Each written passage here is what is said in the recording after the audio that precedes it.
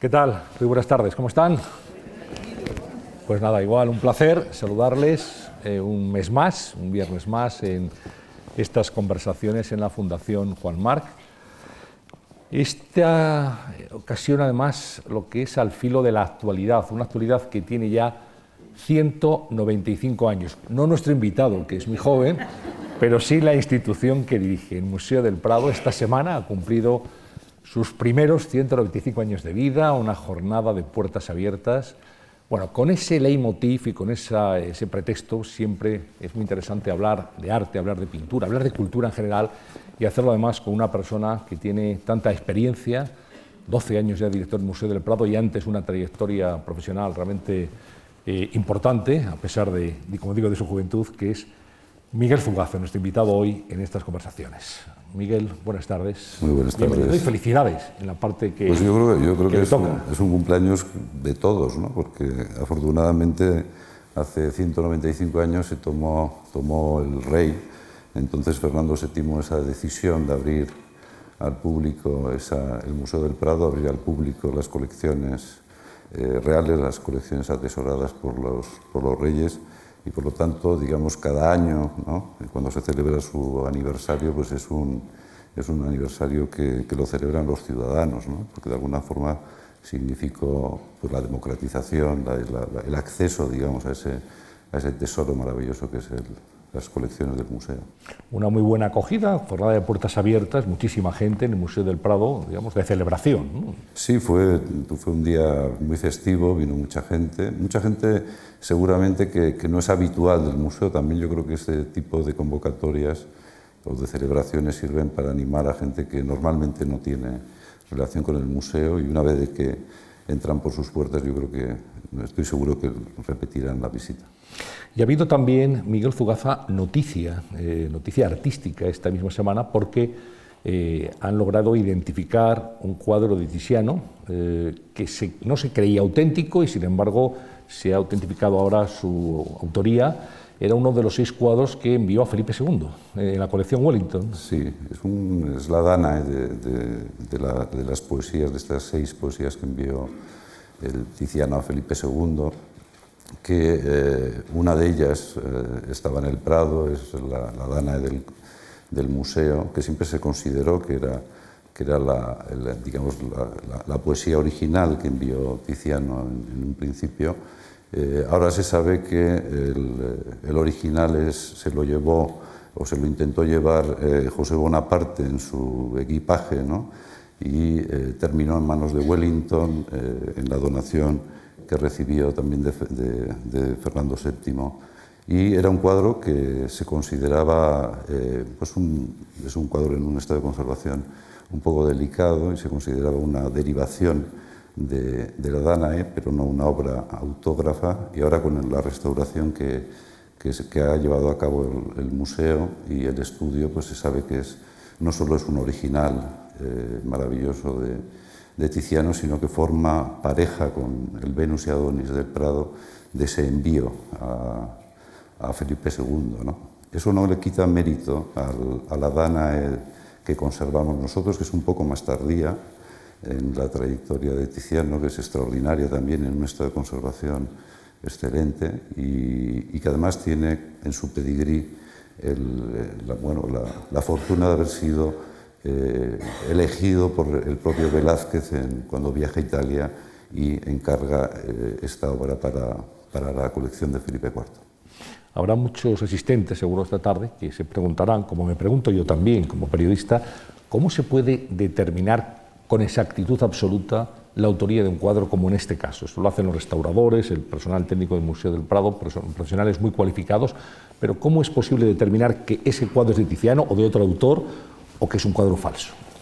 Bueno, la historia del arte es una casi ciencia, ¿no? No hay certeza absoluta en lo que decidimos, ¿no? sobre las obras, ¿no?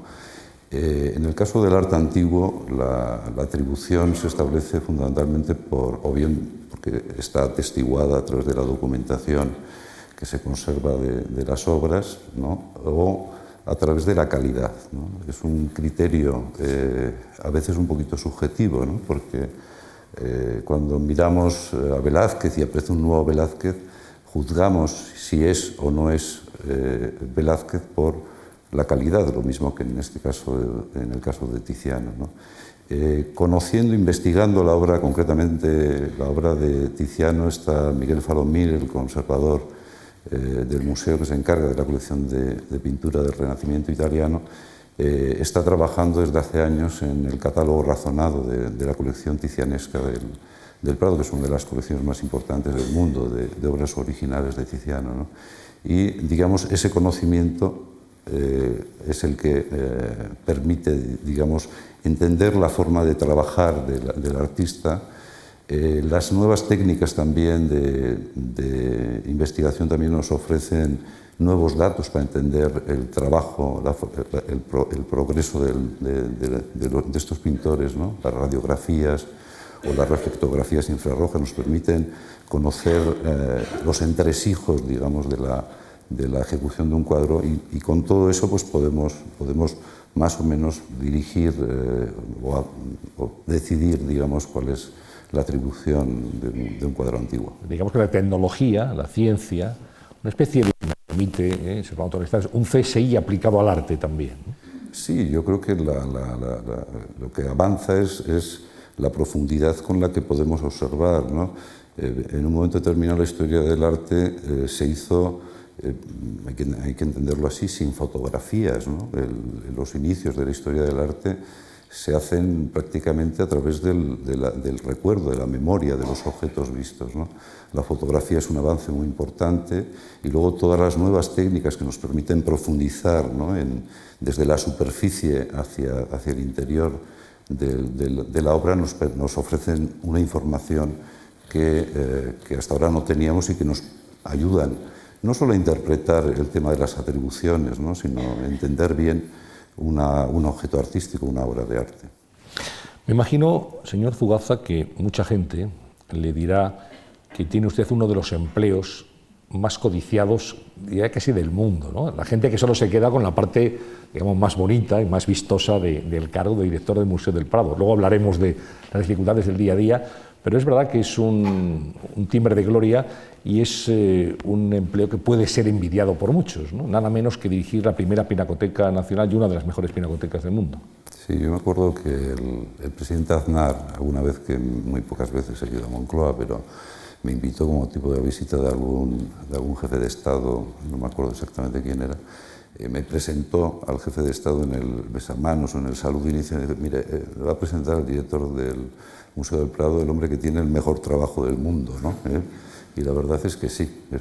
Desde luego, si te has dedicado o has decidido dedicarte a la historia del arte o a merodear en torno al arte, tener la posibilidad de trabajar en el Prado ya es una auténtica maravilla, y dirigirlo tiene una parte muy importante de responsabilidad, pero también de satisfacción y de privilegio, sin duda.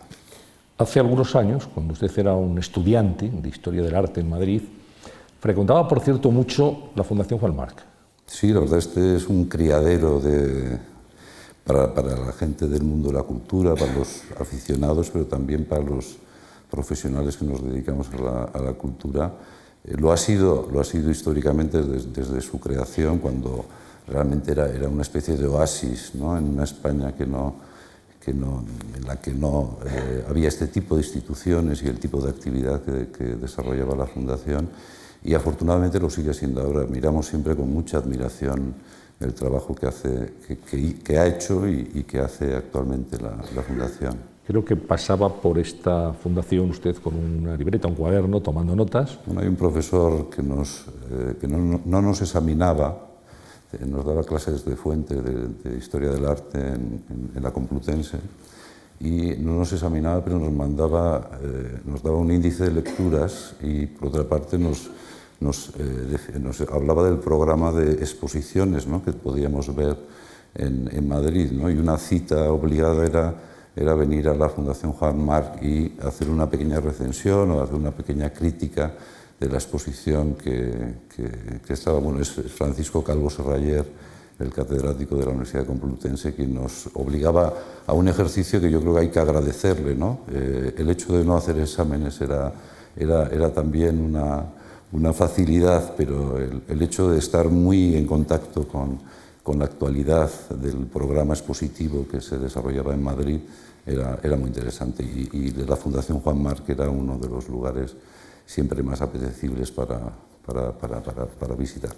Digamos que el profesor Calvo Serrayer les examinaba de otra manera, les examinaba sí, para conocer cómo tenían nos hacía trabajar, que yo creo que es lo que hay que hacer a los alumnos y despertarles la curiosidad y acercarles digamos, al problema, ¿no? Cuando estudias historia del arte, muchas veces yo creo que viéndolo ahora ya desde el Museo del Prado vemos la dificultad que tenemos en acercar a los universitarios que están estudiando historia del arte en la universidad, al Prado, ¿no? A los museos, al contacto con las obras, que es el objeto principal de su estudio, ¿no? Y yo creo que siempre hay una dificultad para relacionar. Yo creo que el ámbito de la universidad y el ámbito de los museos no siempre caminan lo cerca que deberían de caminar.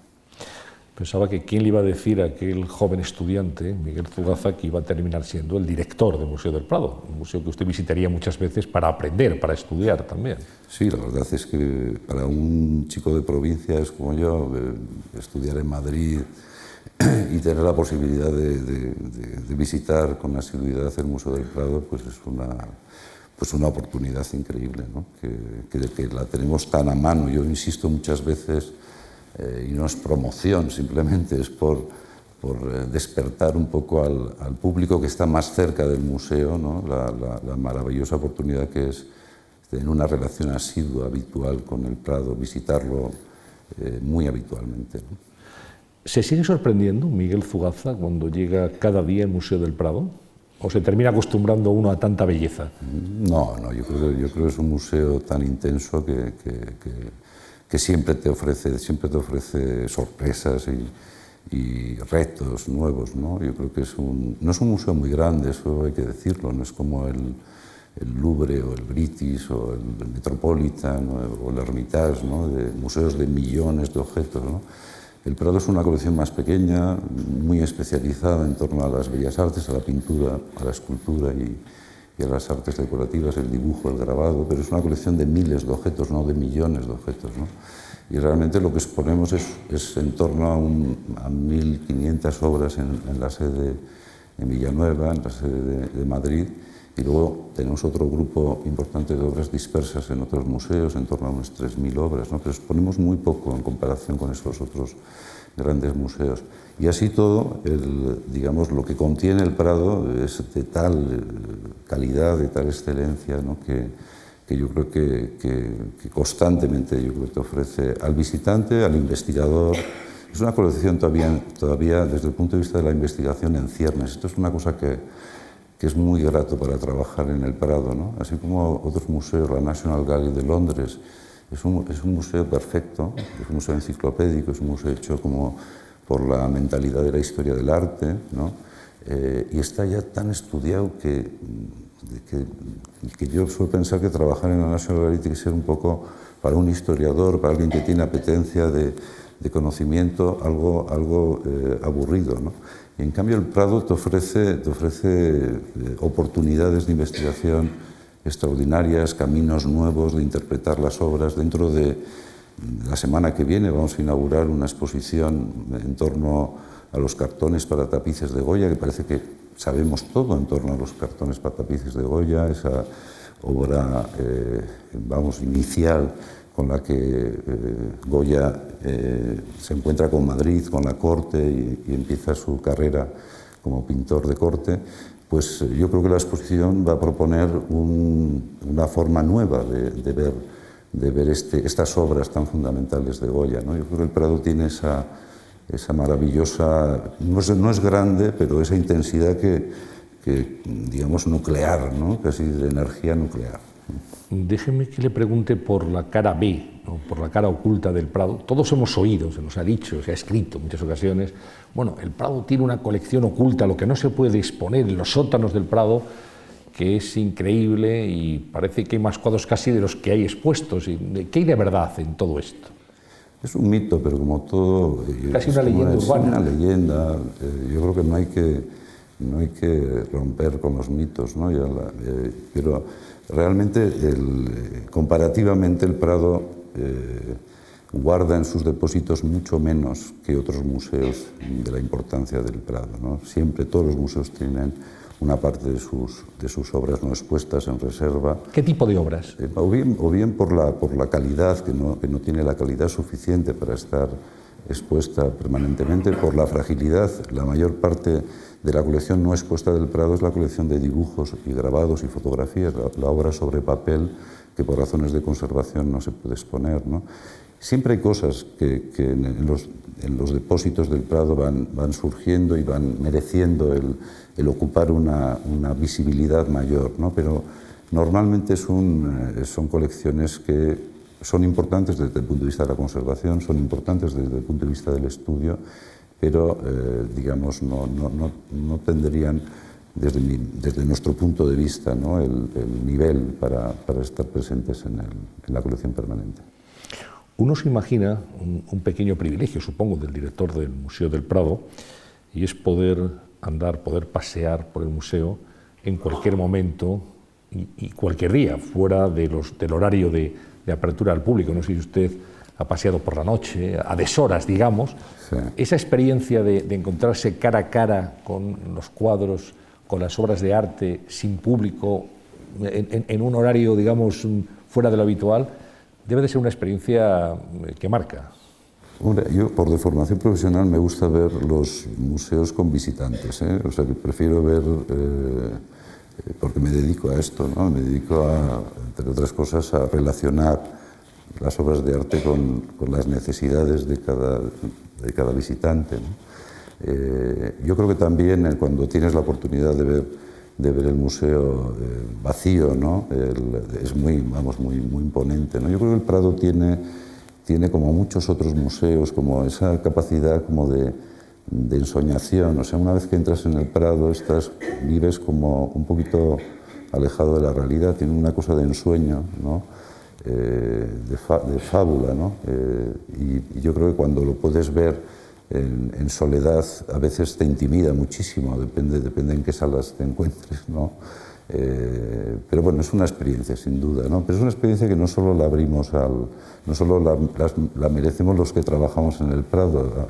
A veces hacemos iniciativas como la noche de los museos, que dejamos, digamos, que la gente también pueda visitar en esas horas un poco también propias para la ensoñación, ¿no? Quería preguntarle si el Prado se gestiona igual que una empresa. Pues hubo un presidente, yo he tenido mucha suerte, no solo de dirigir el Prado, sino de tener unos magníficos presidentes del patronato, ¿no? Desde Eduardo Serra, que fue el que me convocó, Rodrigo Uría, Plácido Arango, este magnífico coleccionista y extraordinaria persona que es Plácido Arango, y ahora mismo José Pedro Pérez Llorca, ¿no? Pero uno de ellos, yo creo que definió bastante bien lo que era un museo, y el Prado en particular, ¿no? Dijo que el museo eran tres cosas.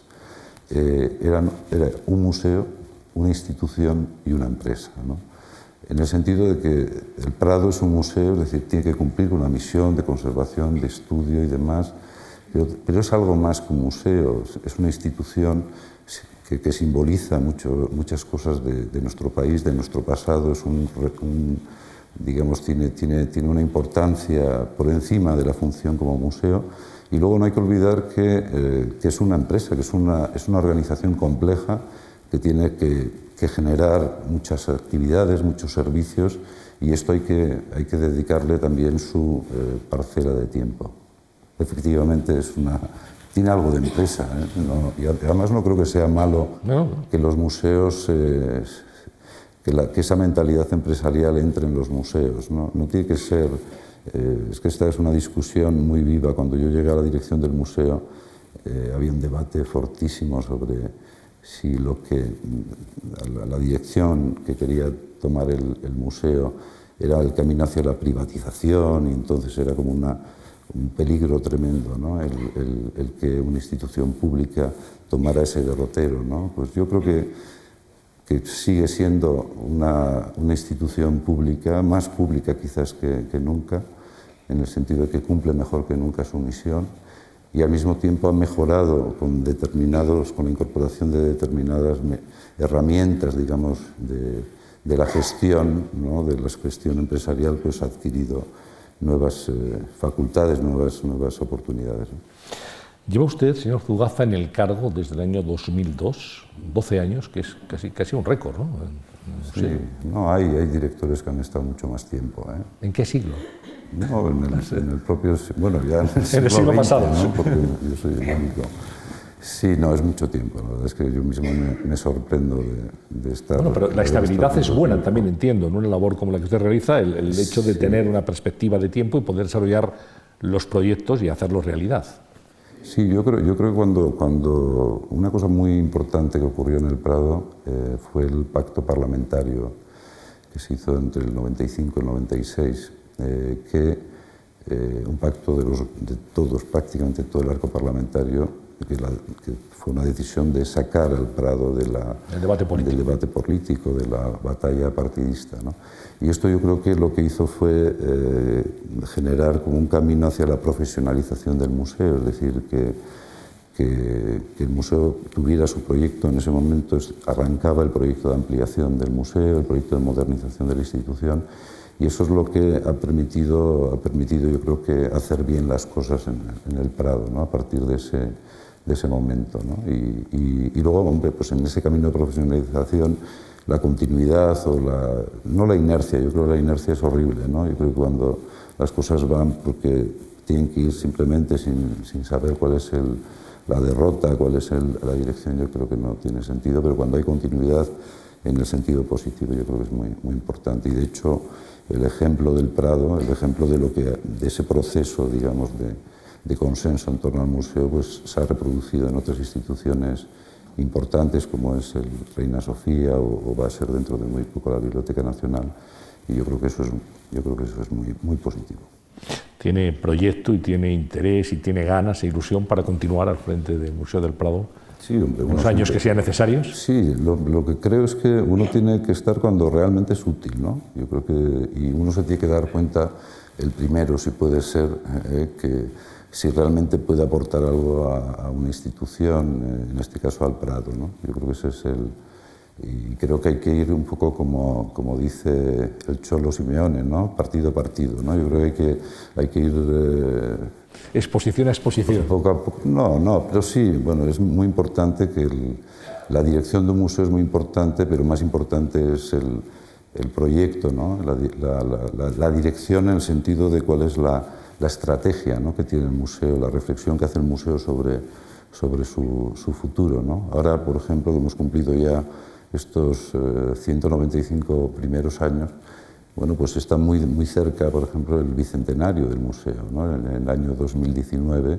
¿Cómo se va a celebrar? Pues bueno, todavía no. Pero habrá planes ya, habrá proyectos, sí, habrá ideas. No, pues la mejor forma de celebrar sería poder proyectar o hacer una reflexión seria sobre qué es lo que queremos que sea el Prado, ¿no? Ha pasado ya, yo creo que el periodo de la ampliación, de la modernización, y yo creo que es un buen momento para que el museo piense no solo en el bicentenario y en celebrar una gran exposición o un gran evento, sino pensar en qué es lo que el museo tiene que ofrecer a la sociedad en los próximos 15 o 20 años. ¿Y usted cómo lo ve? ¿Cómo cree que tiene que ser el Prado de dentro de 20, 30, 40, 50 años? Pues yo creo que cada vez me siento más conservador, ¿no? Entonces lo veo... En el plano artístico... Lo veo cada vez más cerca de 1819 que del siglo XXII, ¿no? Creo que los museos, la evolución que han tenido los museos en general en el mundo, nos han despistado un poco, ¿no? O sea, es decir, el éxito, por ejemplo, que han tenido los museos, que eran instituciones que no eran muy frecuentadas por la sociedad, a convertirse realmente en elementos, en factores de atracción turística, ¿no? Es un fenómeno relativamente reciente, ¿no? Y esto yo creo que que ha podido cambiar un poco la orientación de lo que debe de ser un museo. Yo creo más en ese museo que nace con los ideales de la Ilustración, el ideal de progreso, el ideal de conocimiento, ¿no? Creo que, por ejemplo, cuando preguntas a otros colegas de otros museos internacionales y dices, pero ¿dónde está el orden de las cosas en un museo? Muchos piensan que lo primero es la educación, ¿no? Y luego por detrás vienen el resto de las actividades, ¿no? Yo pienso, por ejemplo, que lo primero es la investigación. En un museo lo primero lo que pone en valor los objetos que conserva es el conocimiento, lo que sabemos en torno a estos objetos, ¿no? Y ese conocimiento es el que luego lo ponemos a disposición de la sociedad a través de la educación, de cómo comunicamos ese conocimiento, ¿no? Y por lo tanto yo creo que el camino que el Prado debería de seguir desde mi punto de vista es ese, ¿no? El de afianzar muchísimo la institución en ese camino de conocimiento de su colección. Tiene usted una espinita clavada con respecto al Prado y a su colección, lo ha dicho en muchas ocasiones, y es la presencia de Picasso en el museo. En el Casón del Buen Retiro todos admiramos, que pertenece al Museo del Prado, miramos el Guernica cuando llegó a España, el último exiliado, y falta Picasso en el Museo del Prado, ¿no? En este momento. Sí, bueno, yo creo que lo he dicho muchas veces. Yo antes de ser director del Prado he sido otras cosas en la vida. Entre otras cosas fui subdirector del Reina Sofía y además lo fui con Pepe Guirao, José Guirao era el director en su momento, una beca extraordinaria que me dieron, que me dio Carmen Albor y Pepe para formarme, porque yo entonces sí que era un chaval cuando me hice cargo de esa subdirección. Y bueno, estuve en el año en el que se tomó la decisión de la separación entre las colecciones de los dos museos, ¿no? Y lo puse de manifiesto en el propio Reina Sofía, cuando era subdirector, que me parecía una decisión buena desde un punto de vista administrativo, es decir, que cada museo tenía que saber de qué cuadros era responsable, de qué obras de arte era responsable, pero que esto no tenía que significar como una especie de falla o de fisura o de separación, ¿no? Más bien, luego cada uno de los museos tenía que interpretar la forma en la que quería narrar o contar la historia del arte. Y desde ese momento ya era subdirector, no tenía ninguna expectativa de dirigir el Museo del Prado. Comentaba la posibilidad de que el Prado llegara a Picasso, llegara al siglo XX, a principios del siglo XX, y el Reina Sofía pudiera arrancar también antes, no tenía por qué arrancar justo en la fecha del nacimiento de Pablo Picasso. Es darle demasiada responsabilidad a la madre de Pablo Picasso, ¿no? Yo creo que por no querer asumir los historiadores la responsabilidad de fijar con criterios más de la historia del arte, la historia de la cultura, ¿no? Pues nos atamos a un dato objetivo tan poco. Y me parece que sería bueno que el Prado rebasara esa frontera, incluso que el Reina Sofía se incorporara un poquito antes al relato de la historia del arte, que de alguna forma lo hace, ¿no? Lo arranca en la propuesta actual de las colecciones de Reina Sofía, arrancan con Goya, ¿no? Arrancan con las series grabadas de Goya, ¿no? Y esto me parece que es saludable. Pues Picasso tenía el deseo de que el Guernica, por ejemplo, se exhibiera en el Museo del Prado. Sí, porque si no, seguro que hubiera elegido otro regalo para su país, ¿no? Yo creo que él, bueno, lo dejó expresamente indicado, que era voluntad de que esa obra, el legado que estaba en torno a esa obra, se mostrara junto con el resto de la historia del arte que representaba el Prado, el museo que él conoció de niño, donde estudió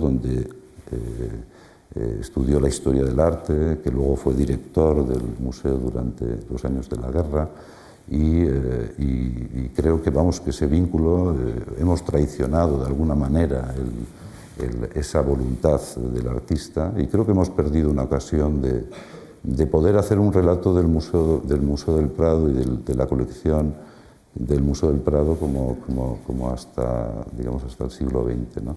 Esto no quita que el cuadro está haciendo, en esta decisión de trasladarlo al Reina Sofía, está haciendo una función importante. Es un museo, el Reina Sofía, un museo en ciernes, un museo que está estructurando su colección y que mientras sea útil en esa institución me parece muy bien que siga allí, ¿no? Pero bueno, es lo que pienso, pero insisto, es lo que pensaba cuando era un jovenzuelo subdirector del Reina Sofía, y así se lo hice saber, no solo al director de entonces, sino también a los responsables del Prado. ¿Y cree que será cuestión de tiempo? Yo creo que sí, todo es cuestión de tiempo, Antonio. Yo creo que pues quién iba a imaginar que las colecciones del siglo XIX, todo un siglo de la historia del arte, terminaran en el Prado y terminaron en el año 71 del siglo pasado, ¿no? Terminaron formando parte de la historia, de la larga historia del arte que cuenta el Prado, ¿no? Desde la antigüedad hasta pues, 1900, en torno a 1900. Hablaba hace un instante de la madre de Picasso y me gustaría hablar de su madre, si me permite, porque usted creció rodeado de cuadros, su madre pintaba. Sí, una pintora aficionada, pero con un gusto extraordinario, con un sentido del color maravilloso. Se acuerda muy bien de sus cuadros. Claro. Sí, bueno, están colgados en casa, por lo tanto no nos podemos olvidar de ellos. Y dice que eso le sirvió para entender a los artistas. Sí, hombre, no le puedo considerar a mi madre tanto como artista. No, yo tuve la suerte, además de criarme en el talento, digamos, de mi madre, de mi padre, de ver pronto lo que era un artista, ¿no? Mis padres eran muy amigos de muchos artistas del País Vasco, de Eduardo Chillida, de Rafael Ruiz Valerdi, y desde niños pues hemos estado jugando en los estudios de estos artistas, y por lo tanto para mí este ser un poco extraño para mucha gente, que es el artista, pues es un personaje muy familiar desde la infancia, ¿no? Y creo que para entender o para tratar de entender algo de arte tienes que conocer un poco a los artistas. Es decir, esta cosa también, incluso el arte del pasado, ¿no? Cuando, como estábamos hablando antes, tratamos de establecer como mundos tan separados entre lo contemporáneo y el pasado, pues yo creo que es muy importante conocer el mundo de la creación artística contemporánea para entender también otros procesos similares en otros periodos de la historia del arte. Su madre pintaba como aficionada, su padre, Leopoldo Fugaza, editor.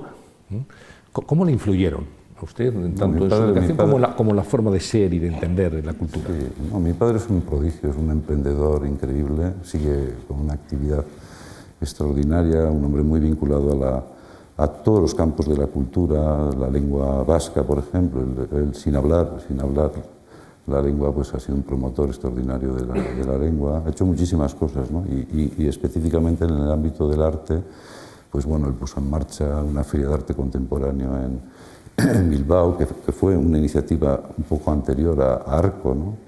Arteder se llamaba. Participó en un momento maravilloso de relanzamiento del Museo de Bellas Artes de Bilbao a principios de los 80, ¿no? Donde se le dio un impulso muy grande. Y es un hombre realmente, digamos, lo puedo decir porque es público, ¿no? Es un hombre con una capacidad de iniciativa fantástica, ¿no? Nunca, la verdad es que hemos vivido siempre, yo y mis hermanos, en un ambiente en torno a la cultura, pero no creas que él mi padre ha hecho algún esfuerzo para instruirnos o dirigirnos en algún sentido. Simplemente es como decía Churchill de los libros, ¿no? Decía que se aprende hasta acariciando el lomo, ¿no? Pues acariciando el lomo de mi padre pues aprendías muchísimas cosas y sigues aprendiendo muchísimas cosas.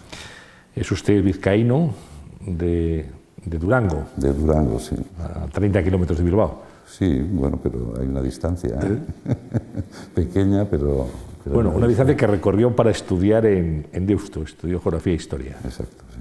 No Historia del Arte, tuvo que estudiarla aquí en la Complutense porque no había Historia del Arte, creo, en ese momento. No, la única especialidad que había en el País Vasco era la Geografía e Historia, ¿no? Dentro de la Geografía e Historia podías especializarte en Historia moderna o contemporánea, pero no había la especialidad de Historia del Arte. Y tuvo una carrera muy rápida, porque efectivamente nos recordaba cuando llega a la subdirección del Reina Sofía, es un joven, tenía pues, apenas 30 años. No, yo creo que no se queda. No llegaba. Era muy chaval, la verdad, sí. Una carrera casi meteórica, digamos, ¿no? Sí. ¿Cómo recuerda esa etapa? Nos hablaba antes de que fue una beca, de que fue un máster. Esa etapa es, bueno, a la hora de la verdad, subdirector de un centro de arte como Reina Sofía. Sí, bueno, yo creo que cuando te interesa el arte, yo creo que tienes, o eres artista, y eso te tienes que dar cuenta pronto de que no tienes talento para eso, o quieres ser un sabio, y entonces te dedicas a la investigación en la historia del arte, o si no, que tampoco, también te das cuenta pronto si sirves o no sirves para ese camino, si no, pues haces cosas como más instrumentales, ¿no? O eso que llamamos la gestión cultural. Y yo, pues antes casi de acabar la actividad, mi formación universitaria, de completar mi formación universitaria, pues ya opté por ese camino de la gestión cultural, montando una empresa de servicios culturales con mis hermanos, ¿eh? Y bueno, y de ahí me llevó pues a dedicarme a montar exposiciones, ese tipo de generar actividades, asesorar a museos, ¿no? Y fue, bueno, pues ese derrotero al final el que bueno, pues terminó un poco dirigiéndome, ¿no?, a este ámbito, que se consolidó con eso, con la experiencia de Reina Sofía, que fue realmente un máster. ¿Qué es lo que aprendió fundamentalmente ahí? Bueno, pues dirigir el museo, era una cosa bastante... No he trabajado tanto en mi vida, fueron 2 años de una intensidad enorme, era el momento también en el que el museo estaba cambiando, necesitaba ampliar la forma de presentar su colección, y fue un trabajo muy intenso y con un equipo estupendo de gente, y bueno, pues aprendí a lo que era, digamos, gestionar, en este caso, las actividades artísticas, ¿no?, de un museo. Y luego de allí pues tuve la oportunidad de que como los jugadores del Atleti, ¿no?, que te llaman, venga, volvió a 30 kilómetros de Durango. A 30 kilómetros de Durango. a dirigir el Museo de Bellas Artes. Ese increíble museo, maravilloso museo, que es el Museo de Bellas Artes de Bilbao, que siempre ha estado muy bien. La verdad es que es de los pocos museos de España, museos regionales o provinciales, que siempre han estado bien, porque ha tenido el apoyo de la sociedad, ¿no?, detrás, y ha tenido siempre sentido todas las decisiones que se han ido tomando sobre ese museo. Y bueno, pues ahí la verdad es que eché 6 años, y 6 años en un momento además bastante especial, porque era el momento en el que estaba irrumpiendo el Guggenheim, este museo tan extraordinario, y entonces había que tratar de darle una alternativa también de futuro al Museo de Bellas Artes de Bilbao, y fue un trabajo muy bonito de hacer una pequeña ampliación también allí, y de buscar como su lugar a ese museo, como digo, tan bonito y tan maravilloso. Le quería preguntar justamente por el Guggenheim y por la estrategia que usted montó para no competir, pero sí para ser una alternativa artística al Guggenheim. En un momento en el que parecía que lo dominaba todo, el Guggenheim fue un fenómeno no solamente cultural y artístico, sino mediático también, social. Sí. No, competir, era muy difícil competir con ese proyecto. Yo creo que fue Bernardo Achaga el que hizo una metáfora yo creo que muy acertada del lugar que tenía cada institución, ¿no? Decía que Bilbao se había convertido como en esas construcciones catedrales, ¿no?, donde el Duomo, ¿no?, la gran catedral era el Guggenheim, y el Museo de Bellas Artes de Bilbao se había convertido en el baptisterio, ¿no?, en un lugar de iniciación, ¿no?, en un lugar para tomar contacto con el arte, donde sus colecciones te permiten un largo recorrido, muy abierto en ese sentido, ¿no?, desde la antigüedad hasta lo estrictamente contemporáneo, y donde también está muy bien balanceado la presencia del arte local y la presencia del arte más universal, del arte europeo, ¿no? Y yo creo que está bien esa idea, ¿no?, el hecho de convertir al Museo de Bellas Artes de Bilbao en una institución necesaria junto a esa gran catedral realmente que es el Guggenheim, que es una arquitectura portentosa, y además un museo que yo creo que han sabido en estos más de 10 años o 15 años desde que se inauguró, han sabido, digamos, dotarle de contenido, de convertirlo en un museo real, ¿no? Creo que recuerda muy bien, señor Zugaza, todavía sus primeras visitas de chaval, de niño casi, al Museo de Bellas Artes de Bilbao. Sí, bueno, como digo, era pues un sábado tocaba ir al estudio de Rafael Ruiz Valerdi en San Sebastián y otro sábado tocaba ir al Museo de Bellas Artes de Bilbao, pero como te digo, yo no me he encontrado nunca en la tesitura de que mi padre se parara con nosotros para explicarnos un cuadro, nos dejaba que le acompañáramos, ¿no? Ese era el privilegio, y yo creo que muchas veces cuando tenemos que tomar decisión sobre los temas de educación, ¿no? Que siempre son tan complicados en el terreno del arte, pues pienso en eso, ¿no? Que muchas veces tratamos de quemar etapas, de obligar a los niños a llegar demasiado pronto a una experiencia que es una experiencia de adultos, ¿no? La experiencia del arte es una experiencia claramente de adultos, ¿no? Pero lo que creo que es bueno es eso, que tengas la oportunidad de vivirla desde niño, ¿no? Que vayas con tu familia, con tus padres a los museos y sea un lugar que lo reconoces como un lugar habitual y que sin forzar, digamos, las máquinas para llegar a entender cosas que no puedes entender porque no entiendes la vida, no entiendes el mundo hasta que vas madurando.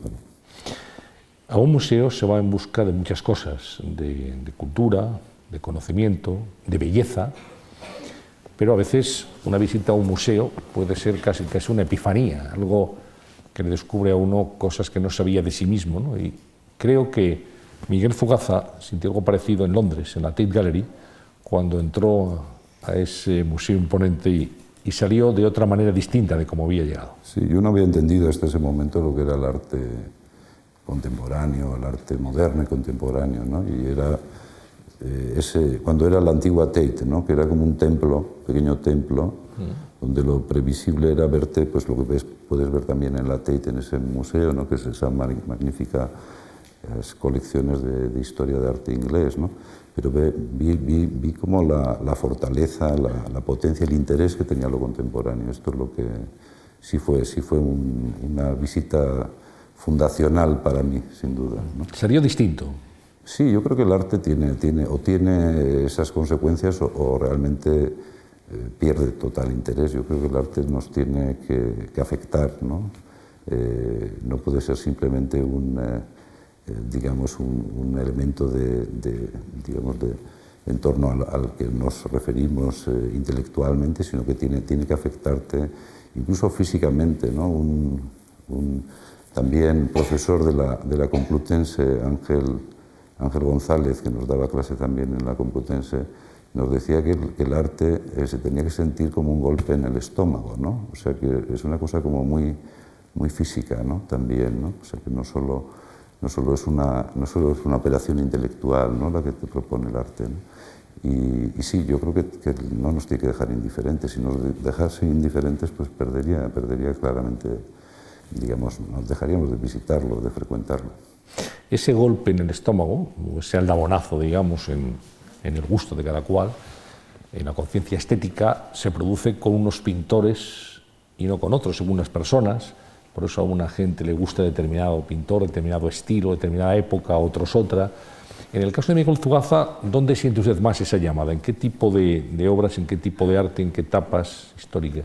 Pues yo creo que evoluciona como las personas. Yo creo que los gustos van evolucionando no solo socialmente, eso lo sabemos porque las modas y cada vez más van arrasando, digamos, lo que teníamos más o menos como convenido para entender un momento, pues el tiempo digamos, lo cambia inmediatamente. Yo creo que la persona, mientras va madurando, pues, y va conociendo también, el arte es un camino de conocimiento y por lo tanto cosas que igual pues, hubiera rechazado o no te hubieran interesado al principio, pues termina interesándote más, ¿no? Cualquiera que visita, por ejemplo, el Museo del Prado, no dudo que lo que va a encontrar al inicio es como esa gran tradición veneciana, ¿no? Donde están así, ¿no? Tiziano, Rubens, Velázquez, Goya, ¿no? Eso es lo más sorprendente. Pero en cambio, si miras la colección flamenca, por ejemplo, de primitivos flamencos, pues es una joya extraordinaria, ¿no? pues posiblemente en mis primeras visitas al Prado tenía más interés por el gran gesto de la pintura, ¿no? Del color, ¿no? Y en cambio, pues cuando vas madurando tu visión del arte, pues terminas apreciando mucho más también, o en paralelo, ¿no? El arte detallista, el arte realista de los pintores flamencos de la historia del arte. No sé, yo creo que vas cambiando. A mí me gusta mucho cuando realmente en lo contemporáneo encuentras al arte, que esto también es, no siempre encuentras el arte, incluso cuando visitas los museos donde presumiblemente, digamos, todo lo que allí se ofrece tiene ese prestigio, ¿no? Pues no siempre encuentras el arte, pero cuando lo encuentras en lo contemporáneo es tan radical, te afecta tanto, ¿no? Tan directamente, que es realmente extraordinario también, ¿no? Por lo tanto, a mí me gusta todo, prácticamente todo lo que tiene interés. ¿Visita usted Zarco con frecuencia? Bueno, he visitado, claro, como todos los amantes del arte. Estoy un poquito más alejado, ¿no? Desde que me dedico a estos 12 últimos años, aunque se me ha colgado San Benito de que lo que quiero es convertir al Prado en un museo de arte contemporáneo, pues bueno, pues desafortunadamente pues no tienes tiempo para estar tan atento a las novedades y a lo que... bueno, pues es una feria importante. Yo creo que bueno, pues aunque sea durante una semana, ¿no? Pues se convierte, el arte adquiere como una especie de dimensión como muy fundamental, ¿no? Y esto yo creo que es positivo. Dijo usted en una ocasión, y seguramente muchos estamos de acuerdo, que el arte es una forma de entender el mundo. Pues sí, yo creo que el arte es una forma de entender el mundo, es como un meandro, ¿no? Donde se va depositando, sedimentando un poco la visión que en cada momento histórico se ha tenido del mundo. Ahora cada vez vemos el arte menos como un sistema de conocimiento, pero las imágenes eran un instrumento principal del desarrollo del conocimiento, ¿no? Y por lo tanto, creo que sí, creo que la forma de verlo, en la época contemporánea hemos tratado de enfatizar más lo que aporta la visión subjetiva del artista, ¿no? La visión más, digamos, individual de cada artista, pero eso también, yo creo, en ese viaje de exploración hacia un arte más psicológico, más interiorizado, también es una forma también de conocer el mundo, ¿no? Nuestro mundo. Sí, pero es cierto que desde la Grecia clásica el arte era un sistema de conocimiento, a partir de ahí, después fue evolucionando. Sin duda, ¿no? Y ahora parece que se ha alejado más de esa misión, ¿no? de conocimiento, pero yo creo que es fundamental, y desde luego lo que nos ha quedado del pasado, esas imágenes muchas veces son mucho más elocuentes que cualquier dato histórico que tengamos sobre el Renacimiento, viendo cualquiera de las obras de Leonardo, de Miguel Ángel, de Rafael, de Tiziano, pues tenemos una visión más elocuente de aquella forma de ver el mundo en la Italia del Renacimiento, ¿no? Dijo también que nos fascina el arte porque es una imitación de la naturaleza. Bueno, nuestra mentalidad es clásica, nuestra cultura es grecolatina y por lo tanto, digamos, el arte en el mundo occidental parte de la imitación de lo natural, ¿no? Esta es la gran diferencia con el mundo oriental, ¿no? El arte japonés, por ejemplo, la reverencia hacia la naturaleza es tan grande que la actuación artística es más bien la inacción, ¿no? Es dejar que la naturaleza se exprese. En cambio, en nuestro caso, somos capaces de crear, ¿no? De crear algo parecido a la naturaleza, ¿no? Desde el Génesis, desde la literatura sagrada también, ¿no? A imagen y semejanza, ¿no? Pues esa idea un poco de ser capaces de recrear la naturaleza, que es lo más perfecto, eso no hay ninguna duda, ¿no? Está claro, señor Zubazo. Aunque nos la carguemos, ¿no? Sí, no es verdad. Está claro que en un museo un visitante se encuentra con algo más que cuadros, algo más que obras de arte. Usted me imagino que viajará con frecuencia a ver otros museos internacionales. Y quería preguntarle por la evolución del museo como el lugar al que se acude a contemplar la cultura, los cuadros, las esculturas, la presentación, la ambientación, la propia arquitectura de los museos. ¿Eso ha cambiado, ha evolucionado mucho a través de los años?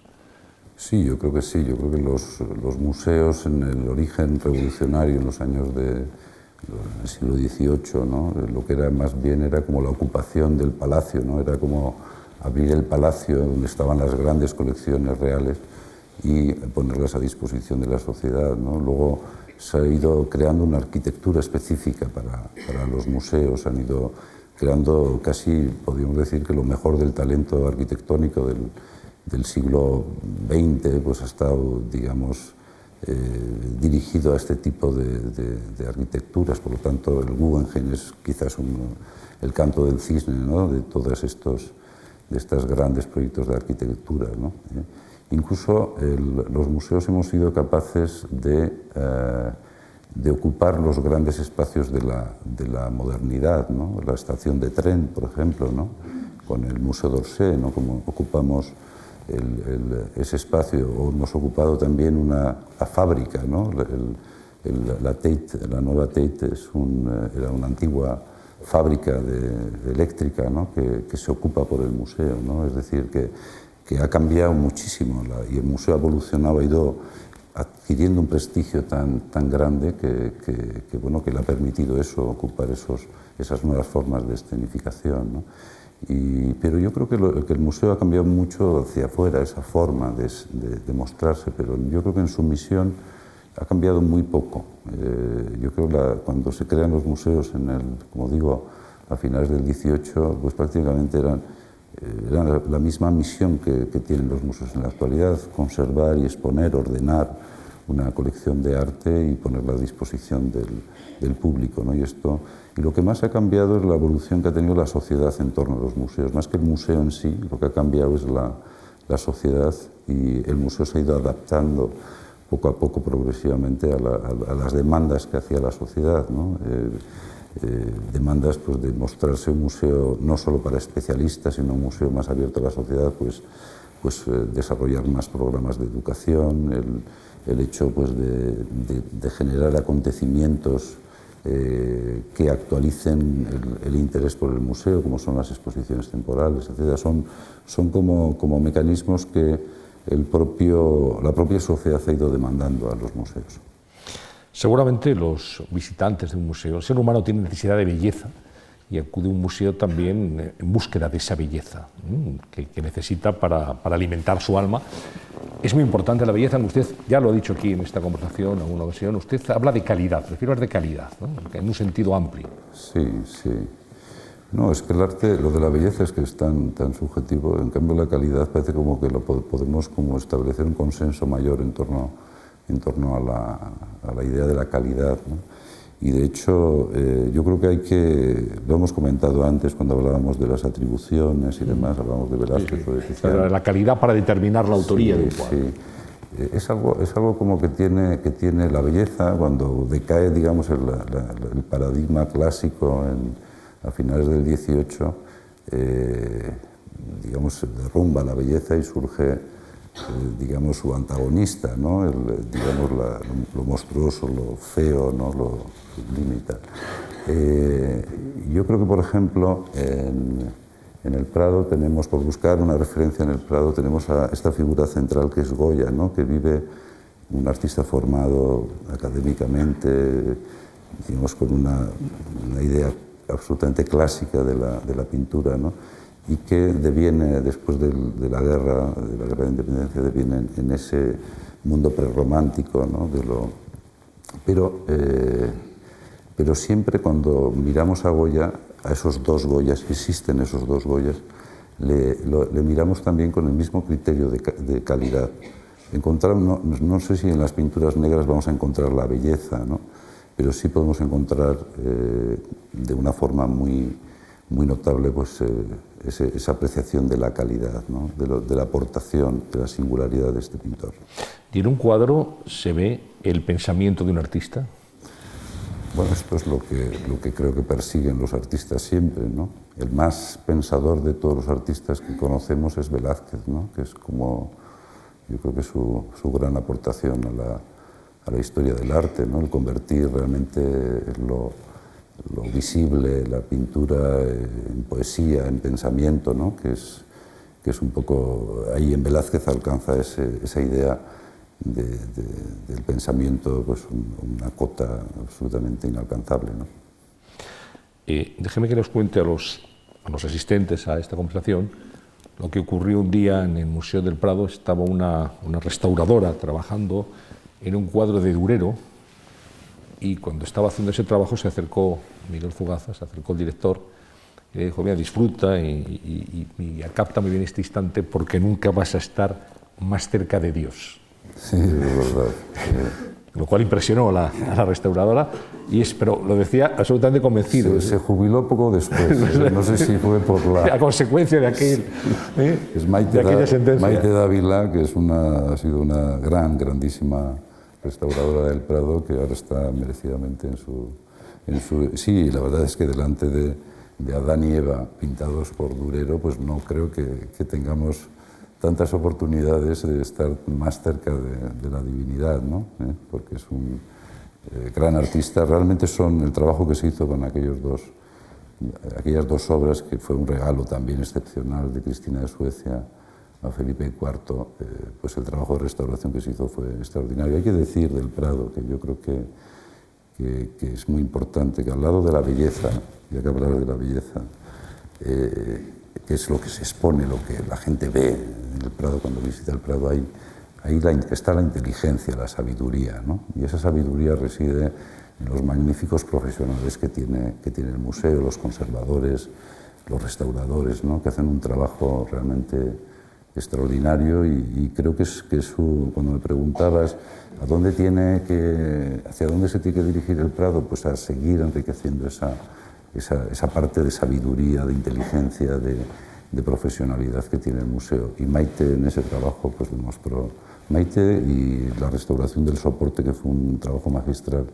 de José Lafuente, del restaurador de soportes del museo, que hizo un trabajo absolutamente admirable. Sí, quería hablar justamente de ese equipo fantástico de restauradores muy profesionales que, bueno, tienen en sus manos obras de arte valiosísimas y con muchísimo cuidado. Claro, hace falta mucho conocimiento y mucha sensibilidad para manejar, para manipular un cuadro. A veces es fundamental en la historia del arte, y hay que sacarle todo el esplendor y hay que hacerlo con mucho cuidado, con mucho tiempo, con mucha meticulosidad.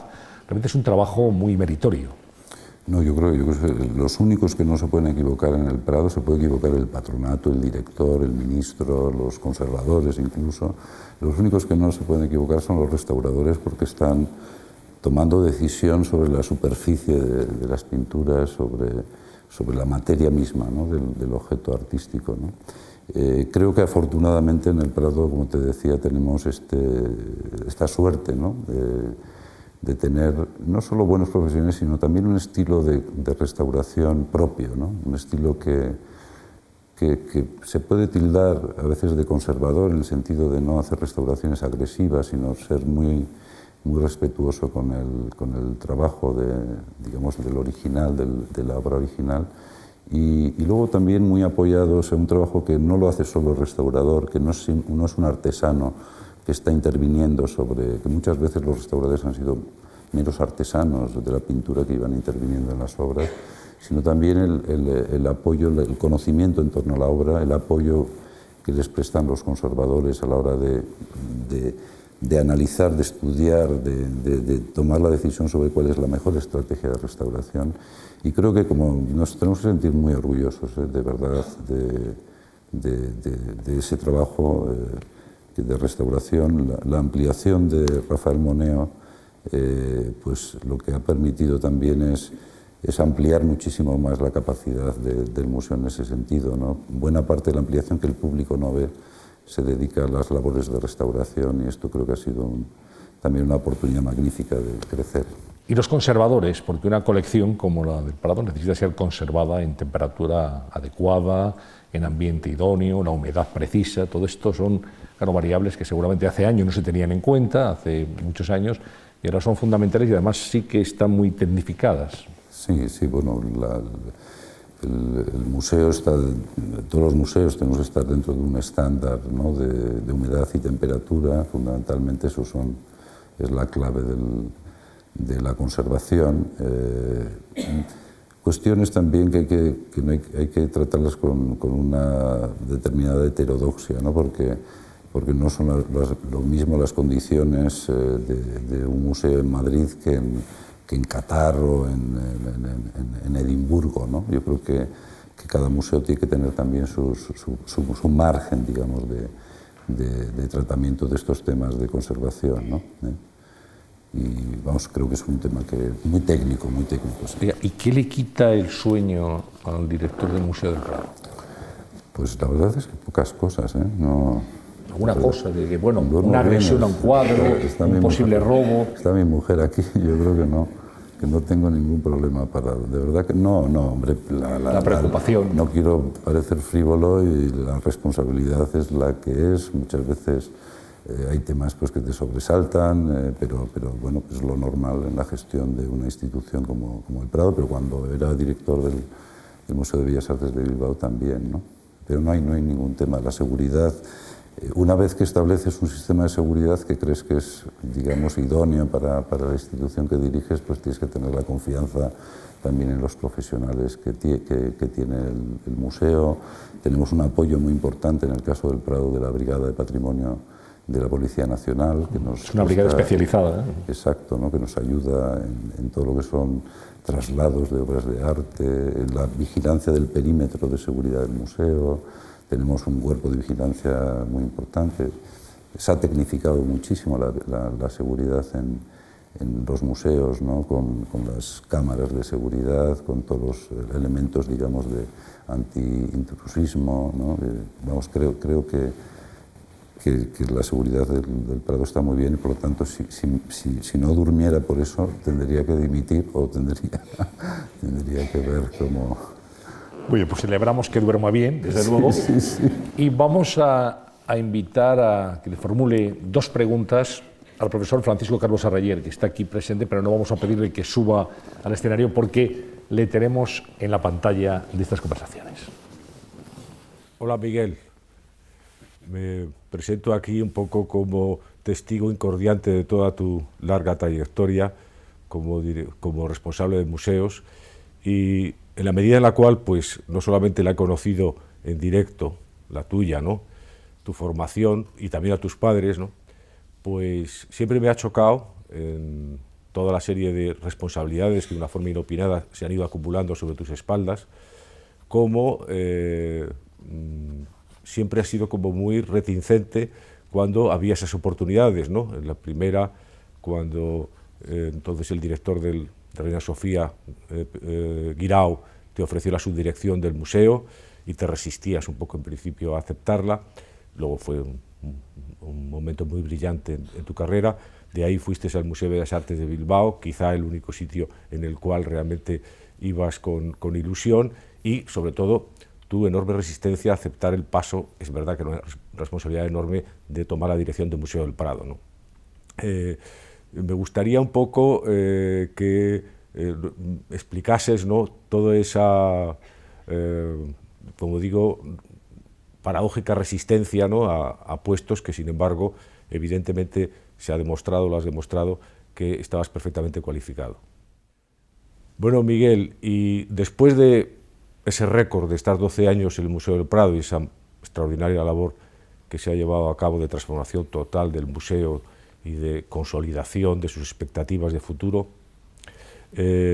bueno, has sido testigo de su ampliación, has terminado la ampliación física del museo, fuiste el que animó a su transformación administrativa, y bueno, realmente ha sido una vida muy movida, ¿no? Sin embargo, ¿qué es lo que te queda pendiente a tu juicio, ¿no?, después de estos 12 años, que es un récord, como director del Museo del Prado? Pues dos preguntas. Sí, pues yo creo que me daría pánico hoy también. Si me ofrecen la dirección del Museo del Prado, me daría pánico, ¿no? Porque creo que es una responsabilidad enorme, incluso ya conociéndolo ya desde dentro, pues pues la verdad es que el reto pues es importante. En aquella época, cuando me ofrecieron esta posibilidad, pues tuve dudas. Realmente no tanto, no era una cuestión de ilusión, porque creo que a cualquiera que nos dedicamos a la historia del arte, aunque te toque pedir un sacrificio a la familia, desplazarte de Durango a Madrid y tal, creo que era una espada muy, vamos, que tenías que cogerla, ¿no? Yo creo que eran más bien como las señales que mandaba el museo, ¿no? Las señales no podían ser más catastróficas, ¿no? El anterior director había sido desahuciado de su despacho, digamos, se había despedido una rueda de prensa en el Café Gijón. Realmente era muy poco estimulante. No tengo esa sensación. Y creo que también hay que resistirse a lo obvio, ¿no? Creo que cuando no lo estás buscando, además, pues yo creo que está bien hacer un poco de resistencia. Y en el futuro pues lo hemos hablado un poco, ¿no? Yo creo que no tanto lo que yo pueda hacer en el Prado. Yo creo que lo que el Prado debe de seguir construyendo en el futuro es ese camino de excelencia académica y al mismo tiempo no ser, digamos, no reactivos con el público, ¿no? Yo creo que compaginar esa dualidad de actividad dentro del museo, es decir, que no están para nada reñidas, y se ha demostrado en estos años que visite mucha gente el Prado, no está reñido con que el Prado lleve adelante bien su tarea, digamos, desde el punto de vista de conservación y de investigación, ¿no? Y bueno, luego también pues, teniendo en cuenta los apoyos que el museo tiene, que los tiene muy cercanos, ¿no? El hecho de que el museo tenga una fundación de amigos que ya tiene un derrotero largo en el tiempo también, es una veterana fundación que ha alcanzado ya estos años difíciles de la crisis, ha alcanzado los 27.000 amigos, ¿no? Yo creo que es la institución, digamos, de miembros de cualquier institución cultural más grande que hay en nuestro país, por lo menos, ¿no? Y yo creo que eso digamos, te da una cobertura muy interesante, ¿no? Bueno, pues vamos a escuchar también lo que le formula una persona que usted conoce muy bien y que conoce ya muy bien el arte también, que es Manuela Mena. Miguel, yo te querría hacer una pregunta, y es, ¿cuándo fue la primera vez que entraste al Museo del Prado? ¿Cuál fue tu impresión? ¿Tienes algún recuerdo especial de ese día, de ese momento, de un cuadro en especial que te llamara la atención? Tengo interés en saber si después del Prado hay vida. Es decir, tú eres una persona muy joven, Miguel, y yo por lo menos deseo que estés aquí hasta que seas muy mayor, pero me gustaría saber si tienes pensado qué se puede hacer después del Prado. Pues esta era una pregunta que me hacían, es una pregunta interesada también, porque yo creo que el Prado a veces es como el ángel exterminador de Buñuel, ¿no? Entras pero no sabes cuándo es el momento de salir, ¿no? Y es una pregunta que me hicieron nada más ser nombrado. Esto era bastante raro que te preguntaran, oye, ¿qué vas a hacer después del Prado, no? Pero si te acaban de nombrar. Déjeme que llegues. Entonces, sí, me imagino que espero que haya vida después del Prado, ¿no? Yo creo que no espero, vamos, estoy seguro que habrá vida, y habrá vida placentera, y yo creo que la gente, que cuando dejamos una institución, la responsabilidad de una institución lo que nos va a permitir es disfrutarla también, ¿no? De la manera en que lo disfruta el visitante que viene sin ninguna responsabilidad, ¿no? Yo cuando ahora vuelvo al Reina Sofía, fundamentalmente al Museo de Bellas Artes de Bilbao, la verdad es que voy muy relajado y voy a disfrutar de esa magnífica colección y no a criticar tampoco, ¿no? Porque una cosa que sí voy a intentar ser, respondiéndole a Manuela en la otra vida después del Prado, es voy a intentar ganarle a Paco Calvo como el mejor exdirector del Prado, porque creo que hay que saber ser también un buen exdirector del Prado. Le preguntaba a Manuela Mena, por sus primeros recuerdos, sus primeras visitas al Prado. Lo recuerdo muy conscientemente porque lo hice pues al terminar el tercero de BUP, ¿no? Un tío mío vivía en Madrid, cogí el autobús, vine a pasar una semana con él después de los exámenes y tuve la oportunidad de conocer el museo y encontrarme. Yo tengo un recuerdo pues eso, muy luminoso. La verdad es que siempre se hablaba un poco del Prado, un poco oscuro y tal. Yo tuve una idea como muy luminosa. Era cuando todavía entrabas por Goya Alta y se veían a los primitivos flamencos a un lado y a la pintura del Renacimiento en el otro lado, ¿no? Era realmente un shock, ¿no? Ese arranque, no nada más pasar la puerta del museo, te encontrabas con 25 obras maestras de la historia del arte, ¿no? Y luego era un camino a través de la pintura veneciana, llegabas a Velázquez, ¿no? En el centro del museo, a través de Tiziano y de Veronés, era muy bello. Y recuerdo con bastante placer una parte que la gente no reconoce con tanta facilidad cuando visita el museo, que es a Poussin, a Nicolas Poussin, ¿no? Que tiene el Prado entre los artistas bien representados que tiene, pues tiene también la obra de Poussin, y se enseñaba en la planta baja y era una sala llena de azul, ¿no? Era como algo así como bastante narcótico, ¿no? Visitar a Poussin. Vamos a trasladarnos a una exposición, Retrato de España en Australia, una exposición del Museo del Prado.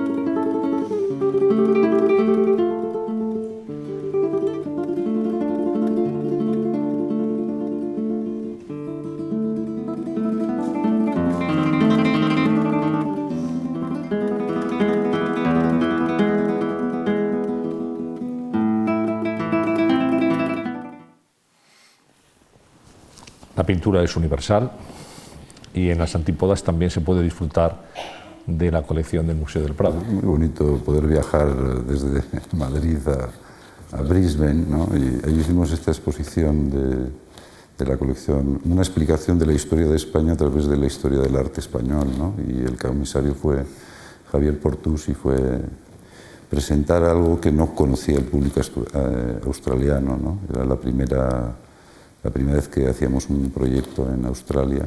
Este último año hemos repetido otro proyecto en torno a la pintura italiana en Melbourne.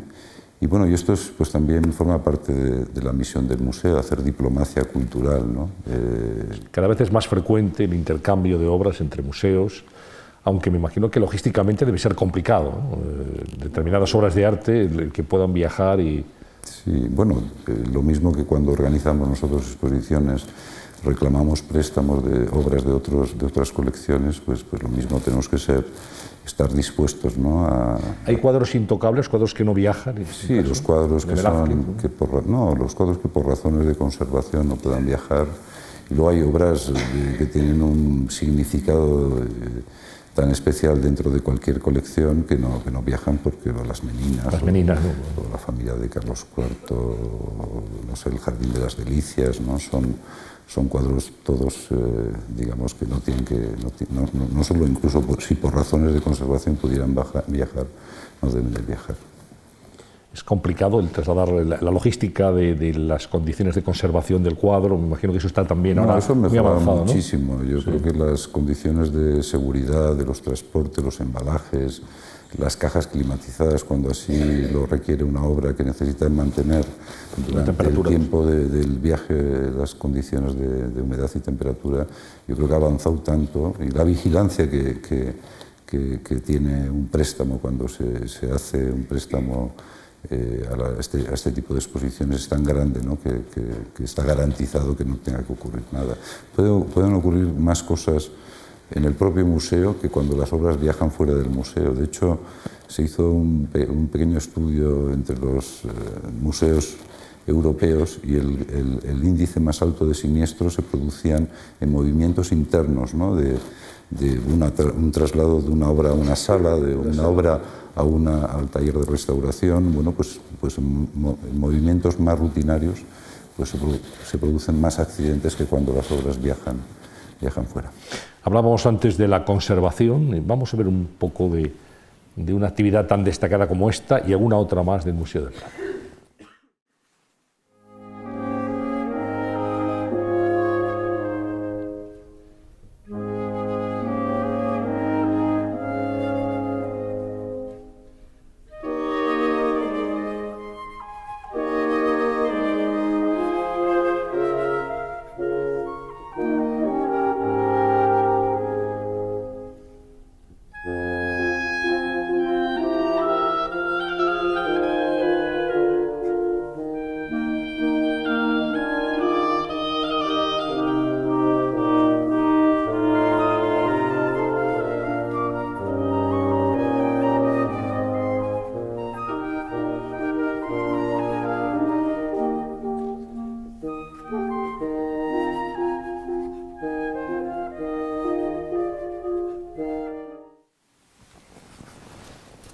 Qué delicada es la pintura japonesa, ¿no? Sí, extraordinaria, tan diferente, ¿no? Diferente y muy delicada. Presentamos esos dos biombos en la galería central del museo, era muy shock, ¿no? Era muy, la verdad es que muy diferente. Una actividad, por cierto, esta de la obra invitada, que siendo así de tan poca cosa, creo que es una forma extraordinaria de activar la colección del museo y de crear acontecimientos dentro del museo.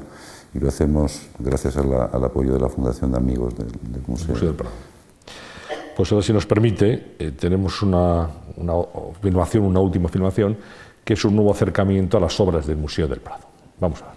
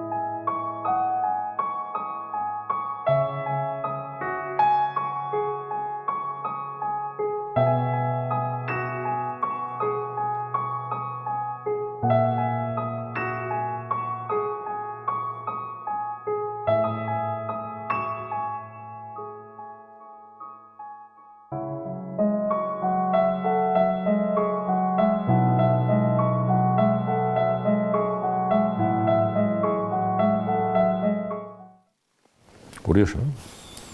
Sí, bueno, es tratar de incorporar por una parte la mirada del artista contemporáneo, la idea del artista contemporáneo, en el caso de Richard Hamilton y de Alberto Sommer, ¿no? En el Museo de Arte Antiguo, y en el caso del Greco y la pintura moderna, que ha sido una exposición que la hemos celebrado con motivo del centenario del Greco.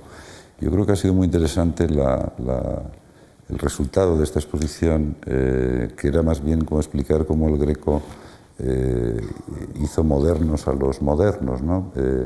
Terminó siendo para muchos espectadores el viaje contrario, es decir, cómo los pintores modernos modernizan al Greco, la visión de las obras originales del Greco. Yo creo que ha sido un proyecto muy interesante en ese sentido. Bueno, llevamos casi hora y media hablando, estamos ya casi en el final, y no lo hemos hecho del número de visitantes. En esta sociedad en la cual... parece Ya lo sé, por eso, estupendo, pero todo llega.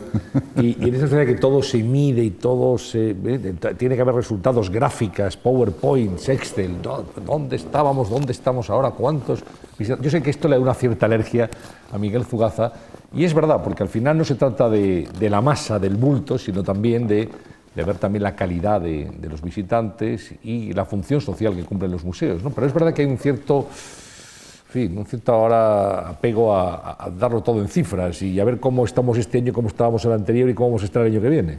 Sí, yo creo que se exagera mucho ese dato, como si fuera el único dato para identificar o saber de la salud de una institución. Yo creo que es muy injusto, además, ¿no? Incluso cuando tienes cifras estupendas de visitantes, creo que no creo que explique nada en especial. Hombre, todos los museos tratamos de acercar al público al museo y por lo tanto, pero acercarlo no solo en cantidad, sino también en la forma en la que acercamos el público al museo. Ahí es donde creo que se tiene que medir más, digamos, el éxito, el fracaso, ¿no?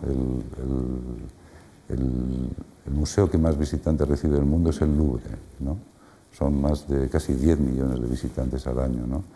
Y en cambio podemos pensar que es el éxito de un fracaso, ¿no? Es decir, 10 millones que van a visitar, digamos, casi hacer una peregrinación dentro del museo para encontrarse con un icono sorprendente e increíble como es la Gioconda, y a veces ni para poderlo mirar, ¿no? Ahora se ha puesto de moda esto de llegar a la sala de la Gioconda y hacerte un retrato, ¿no? Con el selfie. El selfie, ¿no?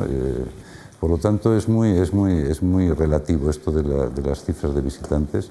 En cambio, las cifras sobre las que sí me gusta hablar y ser muy preciso es sobre los presupuestos. Esto sí que es muy importante. ¿Cómo estamos de presupuesto? Bueno, hemos mejorado este año, ¿eh? Nos han aprobado un presupuesto, una aportación mayor, porque han sido años muy difíciles para todas las instituciones culturales, ¿no? Le pregunto por la ley de mecenazgo, sí. ¿Non nata? Bueno, existe una ley de mecenazgo ya, lo que no se ha hecho es una nueva ley de mecenazgo, y lo que se han introducido son medidas algunas que yo creo que van a ser, diría que revolucionarias, ¿no? Como es la del micromecenazgo, ¿no? Yo creo que, conociendo bien como conozco el ámbito del patrocinio y del mecenazgo en España, yo creo que las ventajas fiscales a grandes empresas o grandes corporaciones que son las que soportan muchas veces el patrocinio cultural, yo creo que no es tan interesante como tratar de ir cultivando a una sociedad que es capaz de hacer pocas aportaciones y convirtiendo esas pocas aportaciones en grandes aportaciones, ¿no? Y me parece que esa medida yo creo que va a servir para desarrollar mucho el ámbito del mecenazgo. Y todos desearíamos que existiera una ley de mecenazgo, no sé, como una especie de gran frontispicio, pero yo creo que muchas veces incorporar medidas como esta del micromecenazgo yo creo que nos puede dar opciones fantásticas.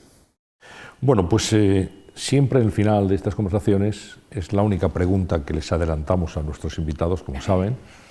Les pedimos que nos formulen 3 propuestas que a su juicio puedan servir para mejorar esta sociedad en la que estamos. No debe ser muy complicado proponer cualquier cosa tal y como está la sociedad en este momento, ¿no? Pero yo le pido sus 3 propuestas que uniremos a todas las anteriores que han sido formuladas en estas ya 4 temporadas de conversaciones. Así, estamos en la 4ª, empezando la 4ª, así que... No vale lo de salud, dinero y amor. Esto no vale. No. Esto es para el día 31 de diciembre, que está próximo ya. No. ¿Pero cuáles serían las suyas? No, si pensamos en el momento del nacimiento de la edad contemporánea, cuando se crean, entre otras cosas, los museos, los grandes emblemas eran libertad, igualdad y fraternidad, ¿no? Yo no sé si ahora ya que han pasado ya más de 2 siglos desde aquel momento, ¿cómo podemos ver cuál ha sido el logro de cada uno de esos grandes empeños, ¿no? Y yo creo que la sociedad, esta sociedad del bienestar, no puede ser que hemos logrado crear, ¿no? A pesar de que de vez en cuando tengamos problemas, ¿no? A la hora de ser capaces de mantenerla. Yo creo que es una sociedad no de bien vivir, sino creo que exige como que que cambiemos muchas cosas de la forma en la que hemos interpretado bueno, voy a tratar de concretar más, ¿no? Yo creo que si cogemos la libertad, ese primer gran emblema, yo creo que habría que traducirlo en responsabilidad. La libertad son derechos, ¿no? Pero también creo que la sociedad tiene que avanzar en el ámbito de ser más responsable, ¿no? Hablamos del mecenazgo, pero se puede trasladar a la vida en común, ¿no? Que tiene que ser más responsable, ¿no? El ámbito de la igualdad nos dirige a la justicia, ¿no? Yo creo que es una asignatura pendiente, ¿no? de nuestra sociedad, el encontrar ese sistema que permita un reconocimiento claro de los fallos, dentro del sistema, ¿no? Y la fraternidad, tendría su secuencia con el respeto, ¿no? El respeto que merece la diversidad extraordinaria del mundo global en el que vivimos y incluso cuando nos miramos muy de cerca, ¿no? A una parte del mundo tan pequeña como es nuestro país también, creo que nos falta en el sistema político, en el sistema social, algo más como de respeto entre las partes que formamos este gran país que es España, ¿no? Pues ahí quedan sus 3 propuestas y las reflexiones y lo que nos ha contado acerca de su trayectoria personal y profesional en relación con el mundo del arte y estos últimos 12 años dirigiendo el Museo del Prado. Miguel Zugaza, muchas gracias, felicidades reiteradas por esos 195 años y los que quedan, porque el Prado es un lugar para aprender y también para disfrutar. Gracias, mucha suerte y nos veremos en el museo todos nosotros en cualquier momento. Y a todos ustedes, muchas gracias por asistir y por hacer una gran exposición. Hasta la próxima.